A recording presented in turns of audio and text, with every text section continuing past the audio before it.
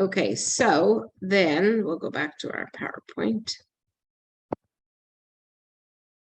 All right, so community assessments are going to look at the following things. We're going to look at the politics of our community, education, recreation, economics, and religion. Okay, so make sure you know that that's what we're looking at with our community assessments. And we have these two different partnerships that we have with the communities. We have active ones and we have passive ones. So our active ones are going to have us actively engaged. We're going to take a look at this next slide. They're going to focus on having the whole community involved. So you're going to have leaders, businesses, and organizations that are going to help us in healthcare. And an example of this would be a school like that a business is running in a school to offer low-fat snacks. So maybe like a manufacturer of different snacks might be running that, and then that would be active. So they're actively involved in it. Any questions on that one? I want you to know active, passive, not as much. All right, and then we take a look at, this was in our chapter with our data collection. So our primary goal of data collection is to get usable information about the community and its health. And how we do that is we gather existing data, we find out what's missing, we interpret the data, and then we identify community health problems and community abilities. What are they able to do? So this is what we're looking at when we look at our data with community. So you're going to have a couple questions on this first slide and this slide about what data collection will look like in an environment. When we're gathering the data, these are the things we're going to look at. When we want to get readily available information, we're going to look at the age of the residents, our gender distribution, so male or female, socioeconomic characteristics, racial, vital statistics, community institutions, and the services that they provide. And we're going to look at health, personal characteristics as well. So all those things are important when we're gathering our data in our community. When we do data generation, it's the process of developing data that does not exist. And the way we get this is with community members, families, and groups. This part is really harder to get to and harder to understand because something like social norms, people may not know what the social norms are. And so in every community, you're going to have some things that are accepted socially and some things that are not. So this is something you're going to really try to get our data from our groups, from observation, things like that. We're going to look at goals, perceived needs of the community, and we're going to look at power and problem solving. So when we look at assessing our communities, our most important thing before we start is going to be identifying our boundaries, right? Because we have to know where the community starts and where it ends. So this was something that you guys worked on with your windshield surveys that you did, that you're working on for week 9.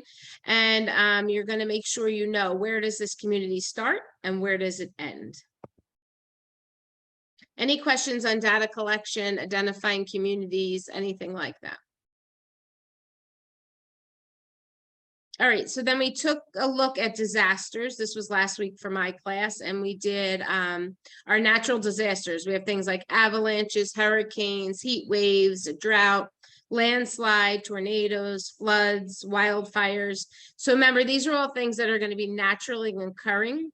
And then we have our human-made ones where it would be something like pollution or like a shooting or things like that, okay? And when we look at this, we're going to make sure that we look at how are we going to mitigate our disasters once we have them. We have something called our emergency response alert system. And if you live anywhere and you hear an alarm going off, sometimes they do it for hurricanes or for tornadoes, things like that.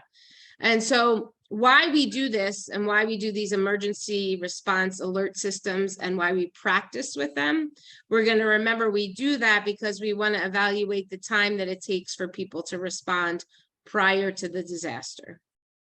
Does that all make sense? And so I say here examples of natural and human-made. So we went over those natural ones, human-made ones, or anything that a person has to do in order to cause that disaster. Okay, so we talked about creating a disaster kit with our patients, and as nurses, we should have them in our own home. We want to remember these rules. We're going to store enough food for 3 days. We're going to make sure that everybody knows where it's located in the house. We're going to review the kit every 6 months to make sure we don't need to add anything to it. And very, very important, we're going to make sure that our families know how to turn off their utilities. Because if you're having a flood, and your electric's on, that could cause a problem, your gas lines, things like that. So very important to teach them to shut off their utilities. When we look at our national response framework, this is something that we have, it's a federally, it's federally funded so that the federal government will help with disasters. So what do?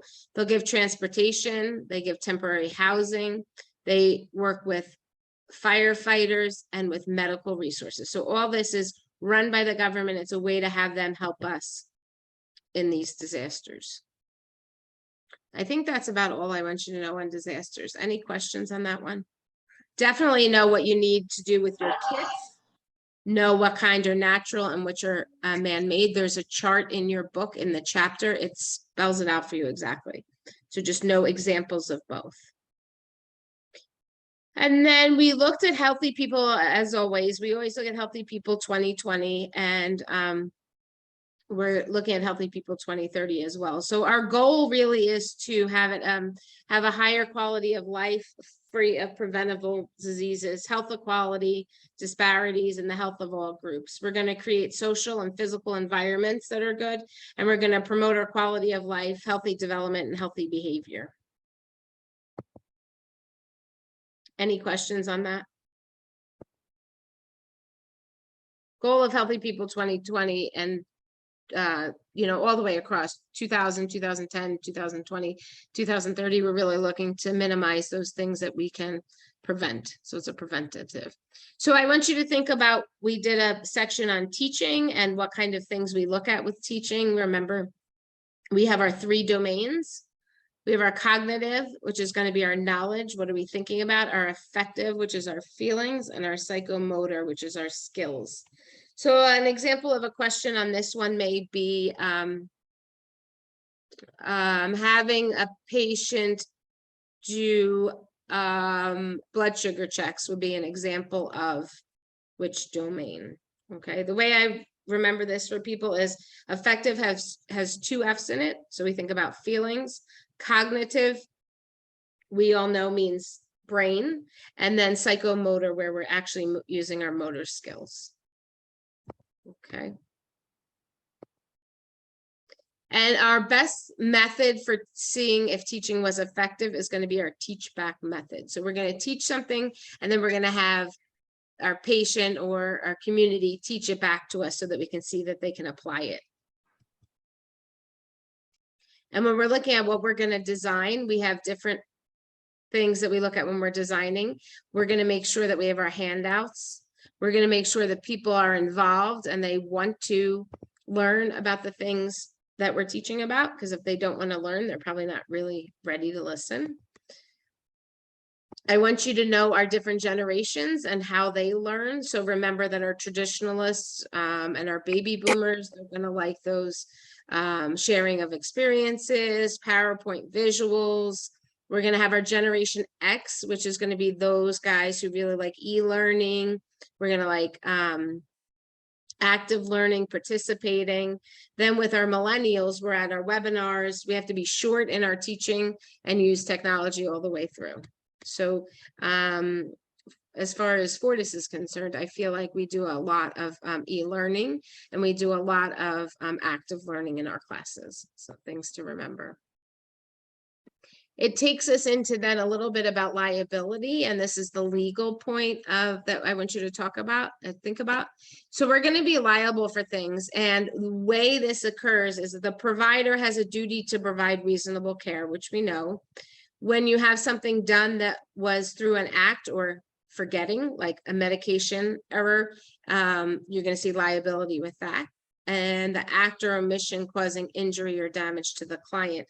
keep in mind when you're thinking about liability, and this may make you remember these 3 things that have to take place of that nurse that was, it was all in the news. She gave the wrong medication because it was not locked up properly. So there was some liability there. And we look at our ethical issues. You know that justice is that everybody gets equal treatment. We're giving justice all around. We have beneficence, which is going to be our doing good. We're going to have our non-malef, I can't even say the word, but doing no harm. And then we have our veracity, which is truth telling, and we're going to make sure that we're honest. These ethical principles, remember, are going to be from our code of ethics. And so we want to make sure that we are using our ethical principles when we're dealing with our patients. We talked about case management. And so what I want you guys to know is that we see case management all the way through ADPI, right? We're going to have activities like case finding. We're going to assess. We're going to use written screens. We're going to do physical, social, emotional questionnaires. Then we identify the problem with our D, and we're going to hold conferences. We're going to determine what are we going to do based on our assessment, and we're going to have an interprofessional team. And then we plan for our outcomes, which we do with everything. And so we're going to make sure that our problems with participants, we develop goals, activities, things like that, and have our clients choose their options. When we implement, we're going to advocate on our clients' interests. We're going to contact providers. We're going to get services. We're going to make sure it's affordable. And then when we evaluate, we're going to ensure that the quality of communication and coordination of care was done. We're going to examine our outcomes, our needs, our cost, satisfaction of clients, and the case manager. So these are all skills that our case manager is going to be using. When we look at our community and case management roles, what we're going to do is we're going to make sure when the patients are homebound, we're going to make sure coordination of care is done. So that means if somebody needs a bed or needs a chair, or needs the oxygen, or needs something, we're going to make sure as case managers they get everything they need, and we're going to help to support and educate our patients. You guys will see a question on primary, secondary, and tertiary prevention. So this is just an example for us. Remember, primary is going to be our prevention, our preventing it from happening. Secondary, we're going to minimize what happens, and tertiary is we're going to be treating them. So when you see an example of someone being treated for diabetes, we know that's going to be tertiary because it's already happened and they may have some complications. So this example was with violence. So activities take place before violence has occurred. And so we're going to do surveys. We're going to teach a lot of teaching with our primary prevention that, you know, abuse needs something that you need to be careful with. Our secondary, we're going to have, we look at the short-term consequences and prevent them from occurring. And then our late term or tertiary, we're going to give those support groups, we're going to help them out and prevent further problems from occurring. So this is just one example. We talked about educating our people, and we're going to make sure that we know, regardless of what our beliefs are, that our vaccines are going to be most effective way in preventing communicable diseases. We know that research shows that adolescents have a lower rate of coverage. And why that may be is that, you know, parents may not take them for their well visits. HPV and Tdap are going to be given during this time. And we're not going to worry if they're sexually active, right? Because we're giving those vaccines to prevent anything from occurring. And that takes us into surveillance. And this was a chapter that we touched upon. So we're going to have disease surveillance is going to be when we look at our collection of specific health data that we use in public health. And we're going to survey means really just to provide a way to monitor disease trends. We're going to look at our public health surveillance, which is our systematic collection of health information. And we know that our Center for Disease Control and Prevention indicates that public health surveillance is going to be our primary with our public health practice. So we know this surveillance is really important, so we know what's going on in the community. We have two different systems. Again, we have our active and our passive. And so in our active, we're going to have our nurses are going to be searching for cases by calling the doctor's office and saying, have you had any of these? Being more involved, actively involved in finding the cases, as opposed to our passive, where we're going to rely on our healthcare providers to give us the cases. So a little less, again, active is when you're really involved, and passive is when you're kind of sitting back, not doing as much. We look at outbreaks as well, and when we're surveilling, we look at them. So we have a common source outbreak. It's a group that's going to be exposed to something that was a damaging gas or things like that. In a point source outbreak, you're going to have all persons become sick at the same time. So point source, so 1 point, they're all getting sick at the same point. We have a mixed outbreak is when a victim is exposed to one of those common sources, and then they have person-to-person contact with others, and then we spread this worse. So this kind of COVID, influenza, those kind of things. Intermittent or continuous source cases may be exposed over days or weeks. And a propagated outbreak does not have a common source and spreads from person to person and over more than one set period of time. So these are pretty definitional, and I would like you to know all these. They are on your study guide, so please make sure you're using that as your reference. And when we're looking at our health program planning, we have to make sure, just like with our communities, we have to look at our boundaries. When we're planning, we need to know what's our problem, what are we looking at. That's our initial and most crucial step in health planning.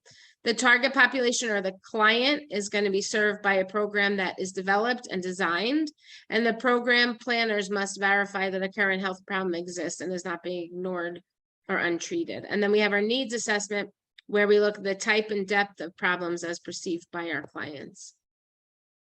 One planning approach that we use that we talked about in our class was the patch model. And remember that that looks at mobilizing the community to act, collecting data, choosing health priorities, and developing interventions. So an example that I give you here is from a patch example is in Baltimore, patch was implemented to improve the mental health among elderly.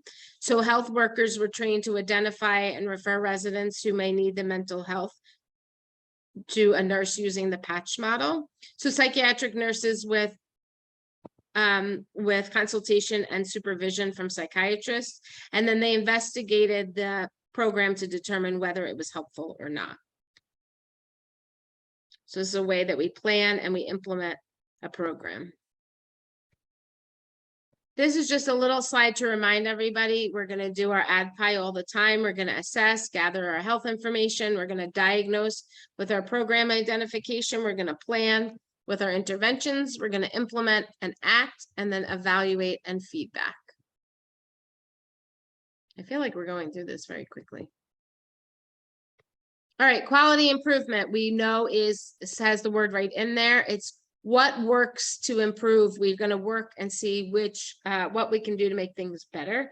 So we're going to improve the performance. We're going to prevent and identify process environment improvement. And when we're developing this for clients, the nurse has to be aware, because she has to know what she's doing when she's trying to make things better, right? And what does customer service mean? So you see this a lot in hospitals. They send out surveys and they say, how was your experience? And then that feedback comes back. The nurses know what's going out. So they'll say, hey, listen, when you get the Press Ganey is one of the surveys. If you get the Press Ganey, when you get home, make sure you evaluate our services. So we look a lot at customer service now with healthcare, and that's just a method. The tracer method is a way of evaluating our healthcare of groups and in communities. So what I want you to know about the tracer method is it's tracing something. So these groups have to have all the same thing. So they have a shared disease, similar intervention, similar needs. They're located in the same area. They have the same lifestyle, and they're at the same illness stage. So they're either at the beginning, at the middle, or towards the end of a the end of a treatment plan. So I want you guys to know that in tracer method, you're going to see everything is going to be the same because we're tracing one thing, and you have to really be careful with biases here. Any questions so far? No, I hope I didn't put you guys to sleep. No. All right, so we're looking at quality improvement here. We have our 3 different phases. We have our structure phase. Now, remember, quality improvement is going to be with our customer service. It aligns with customer service. We're going to see with our structure, how is our organization organized? So what are our job descriptions and our standards? And then we evaluate the quality of care during our processing. And then our outcome is we're going to see the results by looking at our quality and safety and health indicators. So on quality improvement, I would like you to know the phases of the program that we just went over. So remember, structure is going to be when we look at the organization, we're going to evaluate our quality of care, and then we're going to look at the results, monitoring our quality and safety.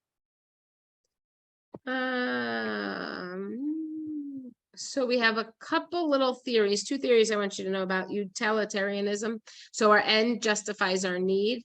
And then we have our opposite, where the end does not justify our means. So just some things to think about when we are dealing with ethics and our theories.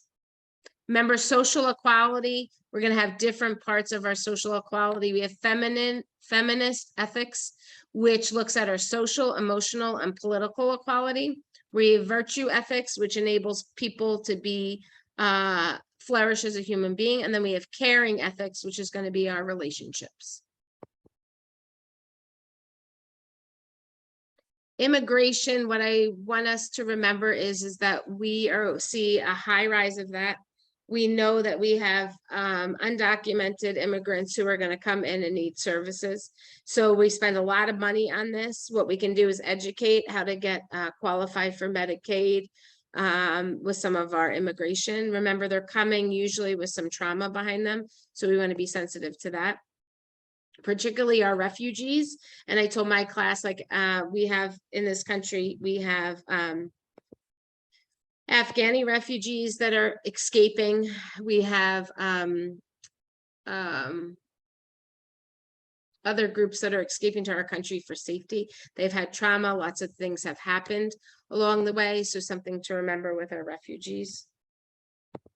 And the last piece that I want you to know on this exam is going to be about how do we handle different cultures. And we know cultural competency, we talked about in my class, is something that's ongoing. You can't sit in a class and learn all about it, but you need to be aware of what's going on in the world and remember your own biases. Remember your own biases when you are looking at this. 2 groups that we want to focus on is our Native Americans, who are not going to be concerned with the future. So you're going to help them with things that are long term. And then we have our Hispanic cultures, which are going to prefer to have eye contact. They're okay with physical touch, and they're going to make sure that our negative expressions are not going to be used. So, you know, we're not telling them, nope, you're wrong, you didn't do this, that kind of thing. So that about wraps up our PowerPoint. I'm happy to answer any questions, but those are the main topics I want you guys to know for this exam. You know, we help write the exams and we do the study guide. So I really picked off your study guide, the most important things I wanted you to know, but you should know what we've all gone over today. Do we have any questions at all outlining understanding for anyone who is confused? Professor, I have a question. When would this be posted by, this review? So I have to download them. I download it to YouTube and then I have to get a YouTube address. So it takes like usually like an hour or so. Okay, perfect. Thank you. Sure. And I posted for my class, I posted 2 reviews that were held already. So please look at those. Those are in our announcements. If you did not put your name and professor in the chat, please do so, because I give a list to all the professors so we know who attended. If you're mine, you don't have to put me. I know who you are. I'm just going to do that now. What else can I help you guys with for our test?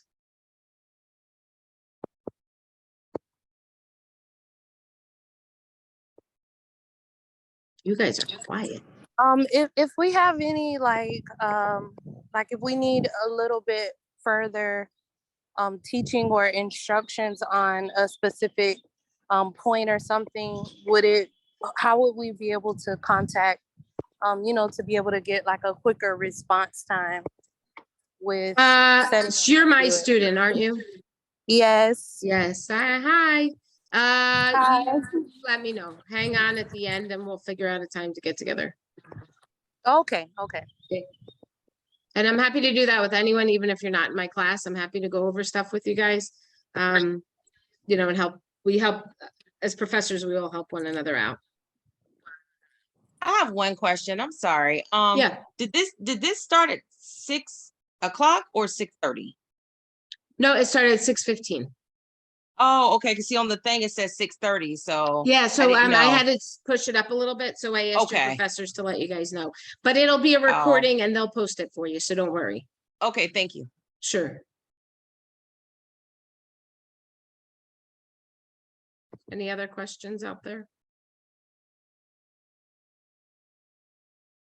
I covered the topics that were covered last week in your class, what you need to know in the exam, because I know that the chapters were a lot last week. All right, well, if we are done and no one has any questions, I will hang on. If you guys want to drop off, I will send this recording to your professors this evening and they will be posting it accordingly. Best of luck to everyone. Thank you. Thank Mhm. you. Thank you. Professor.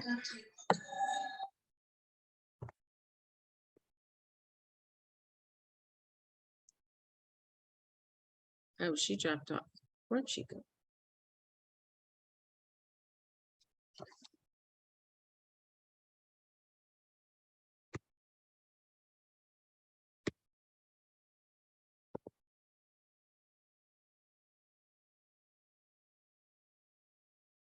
Hi, Erica. I see you're just joining. This was a 6:15 review, so we actually ended just about a minute ago. Oh man. Oh, I was still going off of the actual schedule. It says 6:30. Okay. Yeah, we pushed it up to 6:15. I'll send the recording Okay. to your professor though. Don't worry. Okay. Okay, great. Thank you. Sorry. No worries. Best Bye-bye. of luck. All right, thank you. Bye-bye. Bye-bye. Coralie, do you need anything from me?